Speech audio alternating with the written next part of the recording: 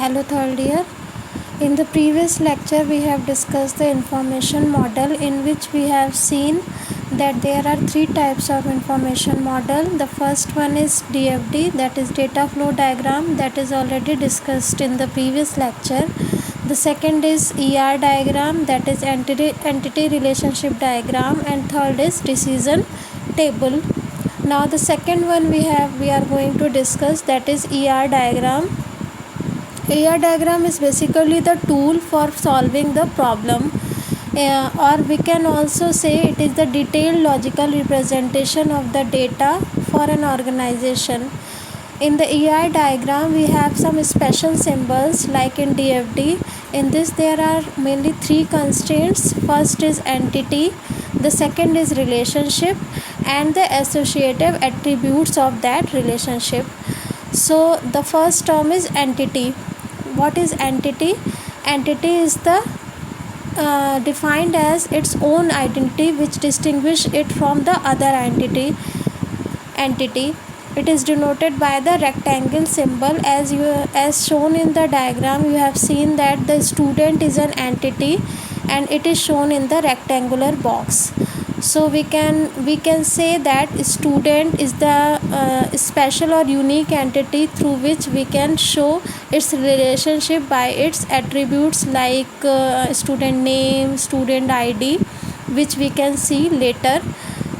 The next is relationship. The relationship is the term associated with two entities. When we have to show some relationship between two or more entities, we can show it by the relationship symbols, which is shown by the rhombus type of symbol. As shown in diagram, we have seen that there is an entity student and there is another entity course, and there is a relationship between student and course, that is the registration for student registered for some course.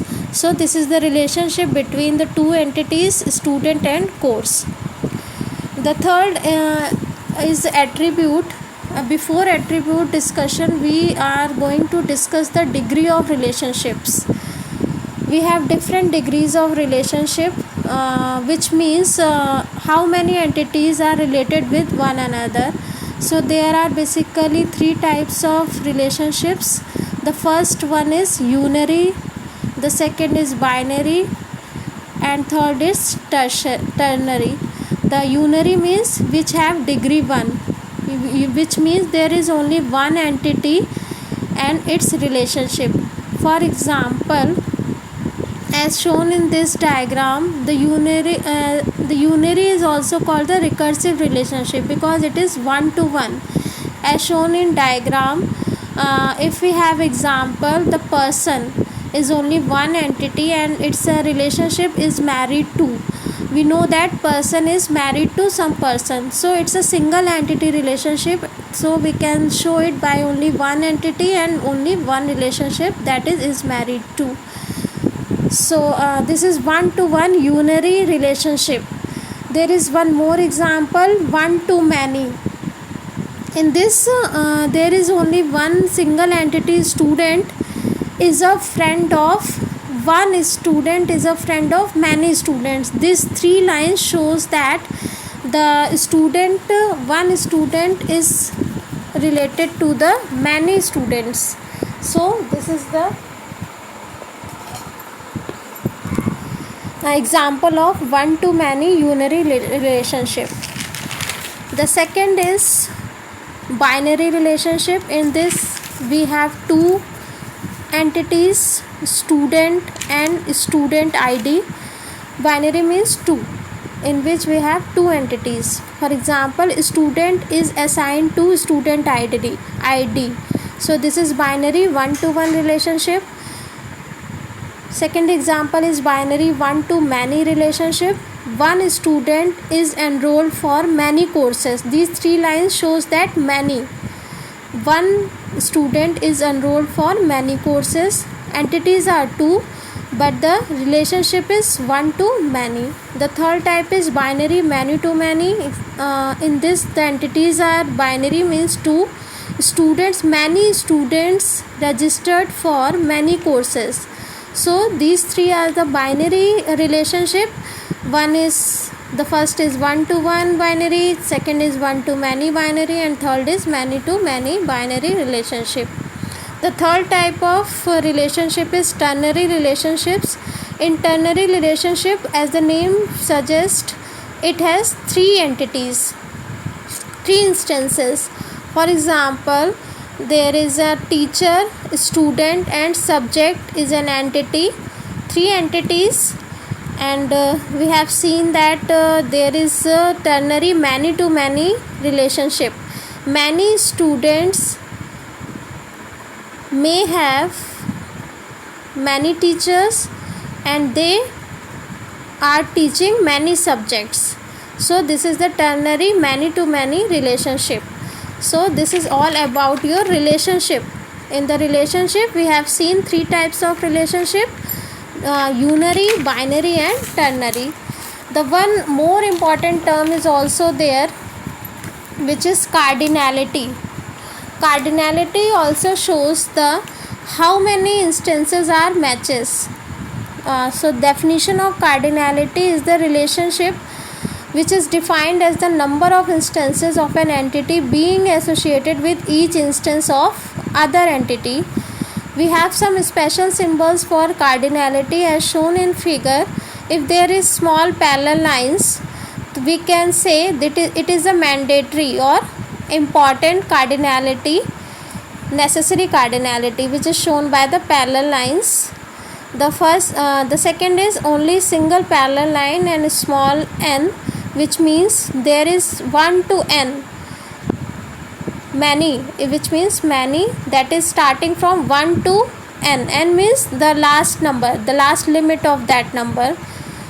अगर एक small circle और pipeline लगा हो तो हम क्या कहेंगे, it is optional. Either we have the zero relationship और वन रिलेशनशिप. ऑप्शनल ज़ीरो और one cardinality. if there is a small circle and three parallel lines, which means zero, optional, or many. Either it has zero instance, zero relationship, or n many relationship.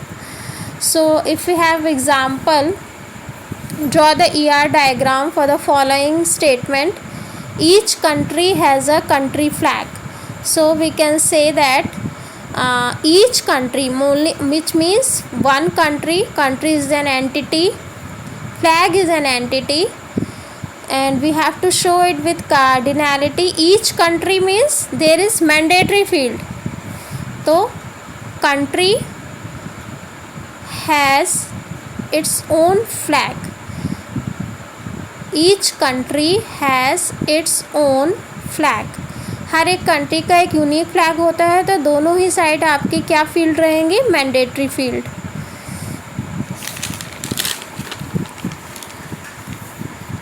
One more example, employee may or may not have employee passport.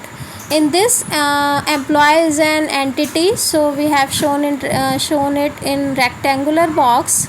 Employee may or may not have passport. Passport is an entity. The employee have passport और may not have, तो इसमें क्या आपकी cardinality लगेगी, zero और one. हो भी सकता है उसके पास पासपोर्ट और नहीं भी हो सकता है, तो आप पासपोर्ट के साइड में आप 0-1 कार्डिनैलिटी का सिंबल शो करोगे तो आपका ये चीज़ बनेगा कि एम्प्लॉय मे और may not have passport. The next is attribute. The third constraint is attribute. The first is entity, the second is relationship, in which we read the relationship types and cardinality. The third is attributes. Attributes are the characteristics of the entity.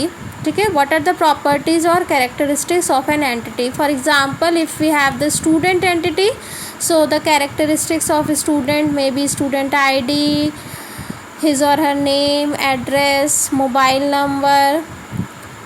This is the relationship symbol. Student, many student is enrolled.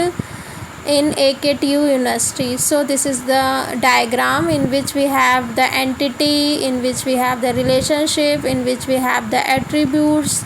This is the example of all the three important things in ER diagram: entity, attributes, relationship. So and the last one, there is one important term also there, the candidate key. If we have attributes, we can show it by the single line. If we underline the student ID, so we can say it is the primary key. Or if we have the candidate key, then we can say there is the combination of two or more keys should be combined and make it as a key. In the primary key only, for example, in a student entity, if there is a number of characteristics like student ID, name, address, so we can say the primary key is student ID because it is unique. But if we can say that there is no ID or roll number is there student, so what is the key? How we decide that what is the key? So we can take the advantage of the candidate key, in which we combine two or more keys and make it as a key. For example, if we combine the mobile number name, so it make it as a unique, so we can make it as a key, and this is called the candidate key, which is denoted by the small line. We can make the small line under the attribute, and it is shown as a candidate key.